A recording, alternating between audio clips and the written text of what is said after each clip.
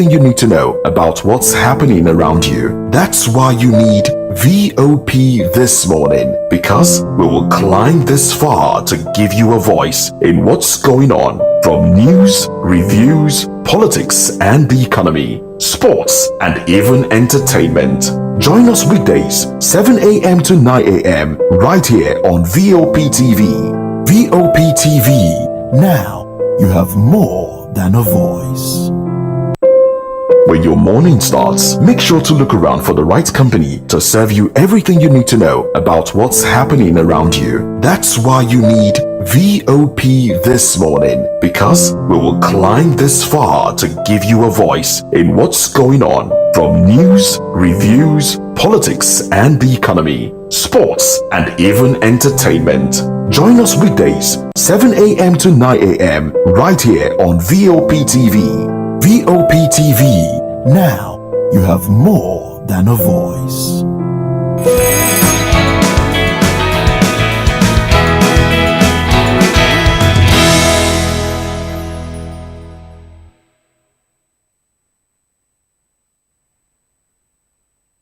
All right, a beautiful day it is in the city of Lagos, and we welcome you to VOP this morning. It's a Thursday. It's the 25th day in the month of January. Oh well, we're here to serve you the very best when it comes to informing you of things happening around the world, around Nigeria, of course, and every other thing that matters. I am Moses Humphrey. I'm definitely not alone. I have my colleagues with me. Good morning, Mr. Moses. How are you doing? How about you just call me Moses? No, I want to add that Mr. to it because You just feel like it. This is actually how you see people. They be like, good morning, Mr. All right then. I love the towers anyway. The Oh, tie. thank you very much. The tie is nice. Thank you very much. Well, I believe her name is Fina. My name is David. A beautiful morning to you. And yes, good morning. Good morning, David. Good And, morning. good morning to you, Fina. Good morning, Mr. Now, David. you see, when you talk about, the government seems to be doing a lot in terms of fighting corruption. Yeah, this administration seems to be doing a lot. But the problem is with Nigerians. All right, while I was, coming into the studio this morning, I saw the report on Willie Obiano, Yes. the former governor, and we have EFCC has lined up 15 witnesses against him on money laundering charges. But you see, the problem now is, in as much as the government is fighting corruption, and it looks like the government is fighting corruption, Yeah. Nigerians are still divided against ethnic lines, against party lines, and this is witch hunting. So it just gets confusing. One starts to wonder, what exactly do Nigerians want? I I think like they that want. line, I think really. they need. Nigerians actually need. They need results. It's not just Results. say yes. Because he's not the only person. I think he's only like 4 billion naira thereabouts. He's not the only person. We're still waiting for. But it's one Well, after the other. Yeah, but isn't you it? know why it's this way? A lot of people will be like, yes, they've called out so many persons who indulge in these corrupt practices and all that, like Beta Edu under, still checking him. I had to know if that is actually call like that a crime, in our own case, and even the Femi Bajamila's stuff that just came out. You understand? So I guess we need results. We don't just want them to call names of people and say we have this and that, because we've seen cases whereby the previous people, like the APC chairman, he had a case on him. And what happened? He became the chairman of the party. And what happened? I didn't say anything, but I just say what happened. It's like the sins were forgiven. And that is all I can say on that. Well, again, I honestly think that it is something that the political elites have practically made the Nigerians to feel and have as an attitude, where they sell this religion. If they're not selling a religious card, they're selling ethnic card, and then it's now more like a part of it. So the moment where we see any story coming from them, boom, we're just going from that angle. Oh, well. It's just one too many, really. Oh, well, we're not talking about Willie Obiano this morning. We're focusing on two other stories. First one is Ayodatiwa sacking commissioners and governors' aides. And the other would be, Fina? And the other one is a gunman killed 30 in fresh attack in Plateau State. All right, so these are the stories we're tracking this morning. But of course, we'll be heading into the papers, and we'd like for you to start by following us on YouTube, Voice of the People TV. That's the channel, Voice of the People TV. Do well to subscribe and be part of the conversation. Drop your views and comments underneath the live stream right there. Now we're heading into the papers, and we do have with us in the studio to help make sense of this. We have Mr. Sheson Okwade, who is a chartered accountant, a chartered tax professional, and a chartered transport administrator, and of course, a public affairs commentator. Good morning to you. Morning, Moses. Morning, Fina and Good David. morning. And to all our viewers, beautiful Thursday morning. All right, so Fina, let's dive into it. We have to look at the nation's newspaper, and this one says CBN battling to restore Naira to its real value, says Cardoso. And the other story here says Afenifere scrubs Adibanjo's acting leader position. We have another one that says no plan to move a federal capital back to Lagos, says presidency. I don't know why people will be thinking that. And another one, this is still Nation's newspaper. This other one says Aye Datiwa picks deputy governor, sacks ESCO, and government house chapel role. And this one, we have Obaseke slams Shuaibu. Also, then another one again says, this one says how to make North secure. And the person, this is actually coming about the leaders of the northern hemisphere. And this one says, currency undervalued, refineries take off will crash petrol price. And we have another one that says FIRS gets a 19.4 trillion naira revenue targets.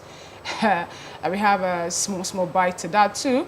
I don't know how they intend to get that, but I believe they know better anyway.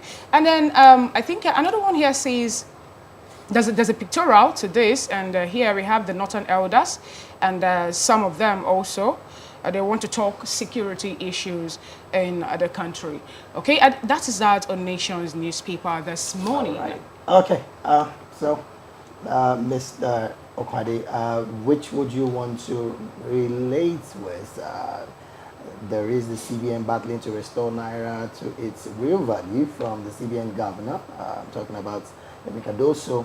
And of course, there's a Afenifere scrapping Adebanjo's acting leader's position. So, which would you want to refer to now? Yeah, well, maybe I'll speak to the CBN trying to, restore back the glory of our currency, knowing how strategic it is to human life and even to our economic growth and development. We want to encourage the CBN because as we speak, yesterday we learned that a dollar is trading for about 1,370, and I keep asking myself, those days you can always ask that when you present a PO or an invoice, you can say it valid for 30 days, 60 days, 90 days. I had a personal experience last week of having to receive a PO from someone to purchase something.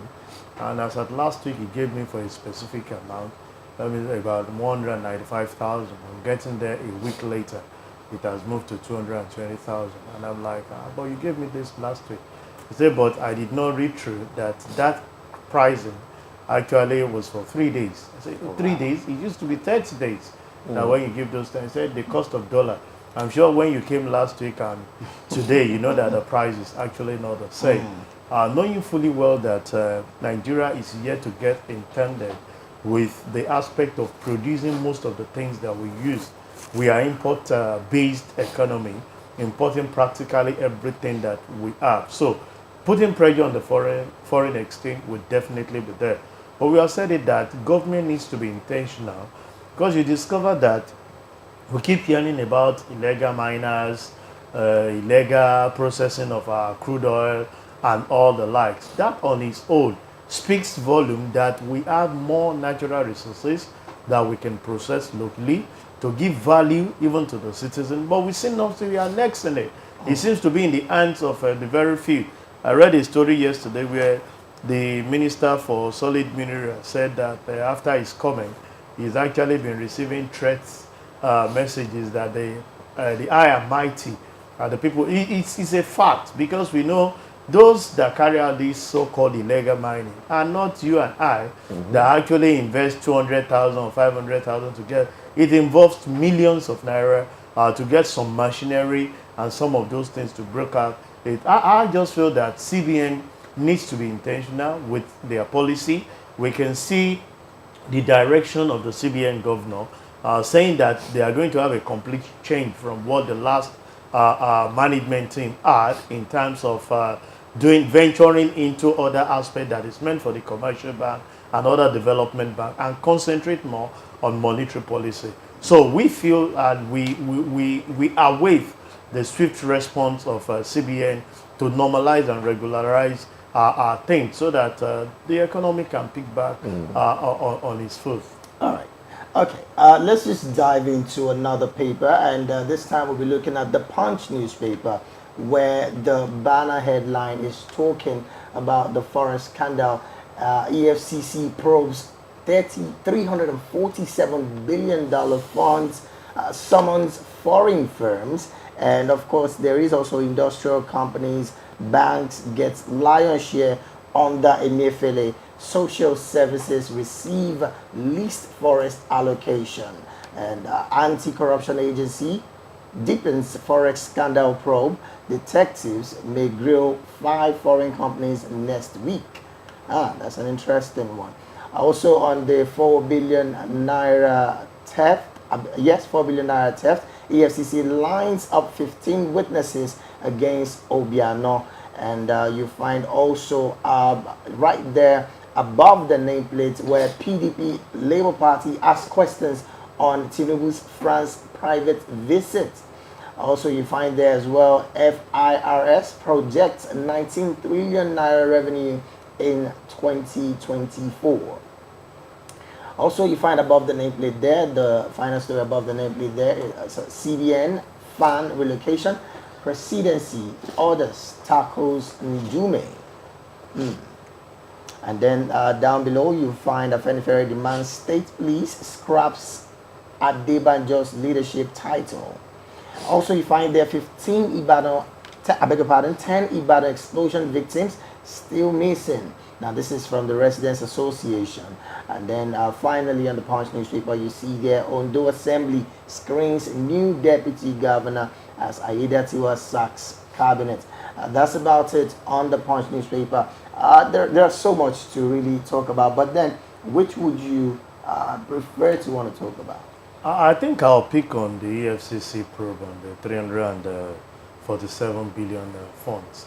See, each time you wake up and you hear about misappropriation of funds, I ask myself, the fact that the foreigners keep saying that Nigeria is not poor, we're just intentional in impoverishing ourselves, is just the fact.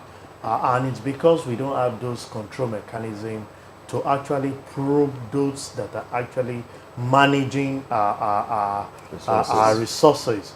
You hear today 5 billion, tomorrow this, and they are not in naira. And you ask yourself, if all these funds that you're actually talking of are used judiciously by every arm or every leaders that are actually managing resources, then Dubai should be following us in the area of development. But most of the time, the wealth of the nation is in the hands of very few that are actually manipulating things and even using it against us. We've heard from different clients in the last administration of sponsor of those that are creating insecurity in the country. Now, up till today, we have not had anything about names of individuals that are behind the scene. So you're looking about probing 347 billion dollars, not naira. You can imagine what that will contribute to the development of this. So you are hearing about this today. I can assure you that read the papers tomorrow. There will be another one. We heard about 4 billion for Obiano yesterday. This is another one. And you keep hearing that on daily basis. And you say Nigeria is poor. A lot of these funds are actually being moved out of our country to other nations to develop them.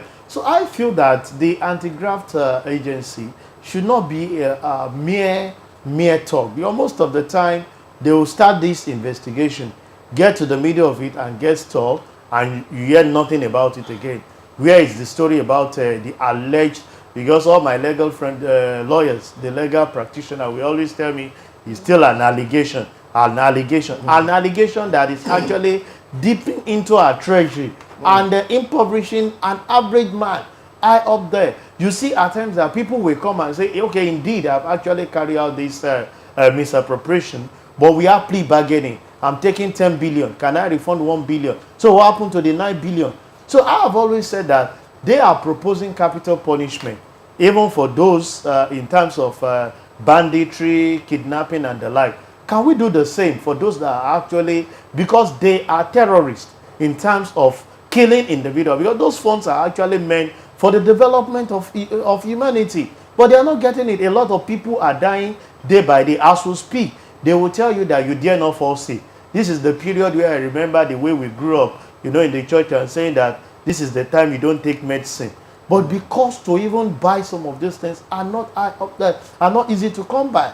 So I feel that EFCC should not just come to the front of the dailies, making us to see some of this, because it's ridiculous and it's demoralizing. It's even causing depression, even for people in the environment, to see that you have so much wealth going on in the system and it's actually being misappropriated without anybody being punished. And we keep saying it, that is how we've seen over time some of these things grow out of scope. Insecurity, corruption, because when you take 1 billion, you are not being punished. What will happen is that somebody will galvanize you and say, no, don't let's take 1 billion. Let's go to the aspect of 3 billion. And it start growing and growing. So I think we should be intentional. The way we have it in the Asian country, these people are, we'll call them, those misappropriating our fund, whether they are allegation or they are alleged, use the grammar. The fact remains that if it is actually investigated and certain is carried out, they should face capital punishment, so that will serve as deterrent to others not to venture into it, and Nigeria can enjoy the blessing that God has given to us in terms of the human resources and even the intellectual in terms of human capital. All right, then. Thank you very much. Now, there's also the news about the president going off to France. And there have been, side talks as to what he's been doing in France, or what he goes to France to do. And, one starts to wonder if truly the president, he's a human being. So there is a possibility that with age, the concomitants of age and every other thing will come with frailty, sicknesses, and all of that. So if there is a need to seek medical attention, why not tell Nigerians? The Prince Charles had a cancer, benign case of prostate cancer. Enlarged prostate, and it was made public. And when he went in for surgery, the world knew about it. All right, and the world was told, okay, it's benign, it will be taken out, and he will be fine. And then some people said their prayers for him. So why can't our leaders just tell us this is what it is? You see, I even have issues with the way and manner we have this health tourism, and do not, one way or the other. I've heard over years that some of the doctors that even treat some of those people are our own citizens back there And in the abroad. abroad. Why are they not here to provide the same service? Because we don't have a system that works.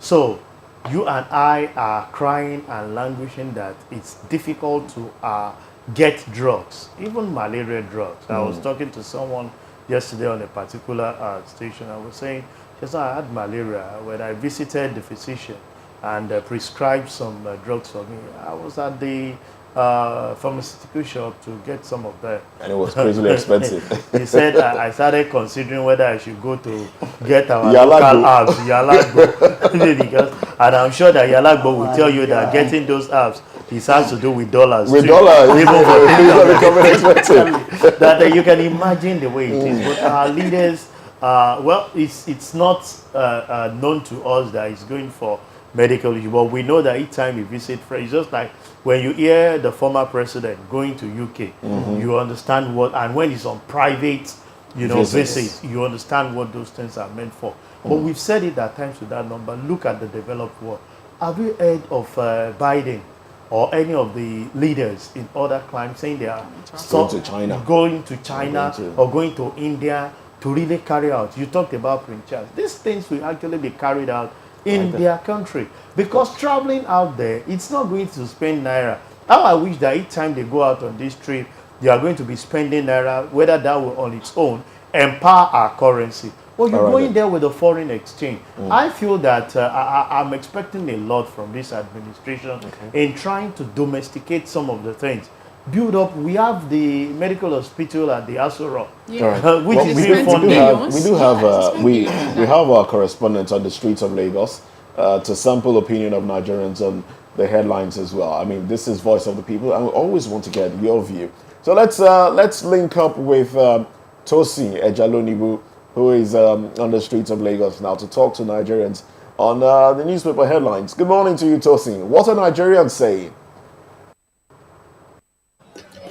It's a bustling morning here in Lagos, and I'm here to get the reactions from Nigerians on what they think interests them in the news. What is that news headline? What is that news? What is that news item? What is that news story that interests you? I'm here to get their reaction. A couple of things in the news this morning. The Daily Trust newspaper, the front headline of the Daily Trust newspaper talks about the plateau crisis of how a woman gave birth in the open. On the Punch newspaper, they talked about EFCC probing over 347 billion in funds. There are summoned some foreign organization. On this day newspaper, we have the CBN governor, Yemi Cardoso, talking about that the Naira is undervalued and seeks physical collaboration to stabilize the market. These are some of the headlines. I know that my colleagues are already discussing it with you, but let's hear from Nigeria. Good morning, sir. Good morning. What is that news story that tickles your fancy this morning, sir? Security is my concern in this country, and the way things are in this country, I don't think this government is doing anything about security. Look at what is happening in Plateau State. I think the security chiefs should step up their game and find a lasting solution to what is happening in Plateau State. We are saying that it's happening in Plateau State today. Only God knows what will happen next. Well, it will happen. If you allow things like that to continue to happen, very soon it will get to us. It will get to us. Look at what is happening in Abuja too now. Kidnapping here and there. And the primary duty of any government is to secure lives and properties. Any government that fails to do that, that government is supposed not to be in existence. That government is supposed not to claim that yes, we are in power. You see, our problem in this country is that we have rulers, we don't have leaders. If you have leaders, they will be concerned about what is happening in the country. But in our own case, we have rulers. They always think about themselves. They don't think about us. Issue of Plateau has been on for long, and nobody has come out to say, okay, this is what is happening. And I will cite one example. Injustice is what is happening in that Plateau. Look at what happened to the lawmakers there. Even where there's injustice, there can never be any peace. And even where there's no peace, there can never be any development. That is just the point. And that is the problem we have in this country. Injustice here and there. And where you have injustice, you think there will be peace. There can never be a peace. And there can never be any meaningful development where there's no peace. That is just my concern. And any other thing is just secure Nigerian first. Other things will fall in line. Because also is saying this, he's saying that. It's all rubbish. They are just saying all this just on papers. It does not materialize. Look at what is happening in society. Go to the market and see what is going on there. That's just the point. Thank you very much, sir. Nigerians, you can hear from him. What he just said. Security is his concern. Security is concerned. Let's hear from some other Nigerians what they think about what is going on in the news this morning. Good morning, sir. Good morning, sir. Good Good morning, sir. Good morning, sir. What's your name, sir? Well, Can you tell me what tickles your fancy in the news this morning? the killing in Mango area of Plateau State, it has now become a reoccurrence factor almost every day, almost every week. And my question is, what is the problem in those areas? You understand? If we have military people deployed to that place, security, every other thing, and we are not getting results. You understand? If people like us, we are losing our, you know, I don't know how to call it. You know, whether that place should be by security men. You understand? Whether the state of emergency should be declared in those 4 or 3 local governments we are talking about, or the whole state. You understand? Because these are people, you know, that are, the people that are clean there, they are not from outside Nigeria. They are not outside Plateau. You understand? They are the people from Plateau themselves. So what is this issue all about? If this issue about the mineral resources, everything that goes on in the place, then let them come together and do with it. You understand? You can see when the cleans too much, the southwest part of Nigeria here, the leaders of southwest, the governors, leaders came together, bring about security outfit, call Amatekun. The people from the north work against it. But at the end of the day, you know, they stand. And we are able to have Amatekun. And we are at least having a comprehensive, you know, if not 100%. At least part of Nigeria that is more safer in Nigeria today is southwest. So the people of Plateau State to do something more better for themselves. In order to they gather together yesterday with all their sultan and every other thing. But the problem I know for sure is that it is they from the north, they are the one clean themselves. They are the one making money from themselves. So it is until when they change their mindset, that is the change. They say change begins with you. You will not get results. That is me. God bless you. Thank you, sir. You can hear from Nigerians. These are their thoughts this morning. This is what they think about this. What tickles their fancy in the news this morning. Reporting for Voice of the People TV, Oluwatosin Ejalonibu. Back to the studio. All right, thank you very much. Thank you very much, Tosin Ejalonibu. There you heard it. Nigerians worried about the insecurity in the nation. It's really troubling. You know, it's troubling. Very, very troubling. You look at it from the point of the fact that it's even happening in the country's capital. There is that one, and then there is everywhere. There is also the State as Plateau well. State issue where even with the curfew, with the curfew. they Yeah. are still killing. In So Benue State, even military personnel were killed, and SCDC personnel also lost their life over, you know, issue of insecurity. I just have to say that the government should know that if you don't have a secured environment, there can't be growth or prosperity for that nation. So you can imagine imposing curfew in Mango for 24 hours. That means people that have actually Legit business owners. the business owners, you can imagine those that are into perishables that need to preserve it. So you are not in your office or shop or where you're carrying out your business. So that's waste on its own. So the guy is coming back. So you might be thinking of the people that are actually being killed, but those that are dying economically, that you just hear that they are asleep and they did not wake up. How do you manage that? So I think we should be intentional with this issue of security. I just shared behind the screen my experience, you know, in Abuja last week, and I asked myself, those people that are into the business of entertainment, you know, going to club and all those things. Now with the level of insecurity, they are less patronage. You see a wife telling the husband, please, I don't want to be widow at this level. Stay indoor. I'm ready to buy whatever you want to drink and make the fish for you inside the house. If it's possible, invite your friend. I will host them. And you can imagine we are economically, you know, killing ourselves, thinking that it's the people that are actually being killed by the gun that is actually the... So we should think about it holistically, so that the security apparatus can do what is needful, at least so that we can be empowered. If there is security, those days, each time I want to travel, I want to go in the evening. I've left Lagos in early 90s, stroke 2000. I've left Lagos around 8 p.m. in the evening to Ekiti. I left around 7 and by 11:30 I was in Ekiti. Because then you have, I love driving at night because the engine will be cool, the atmosphere will be, you know, very cool, very everywhere free. But these days I cannot even try to move from Lagos to Ibadan by 5 p.m. without having that fear inside of you. So you can imagine a lot of economic destruction that we are having because of insecurity. All right, this is where we'll anchor the newspaper review. We'll be going into one of our major talking points this morning.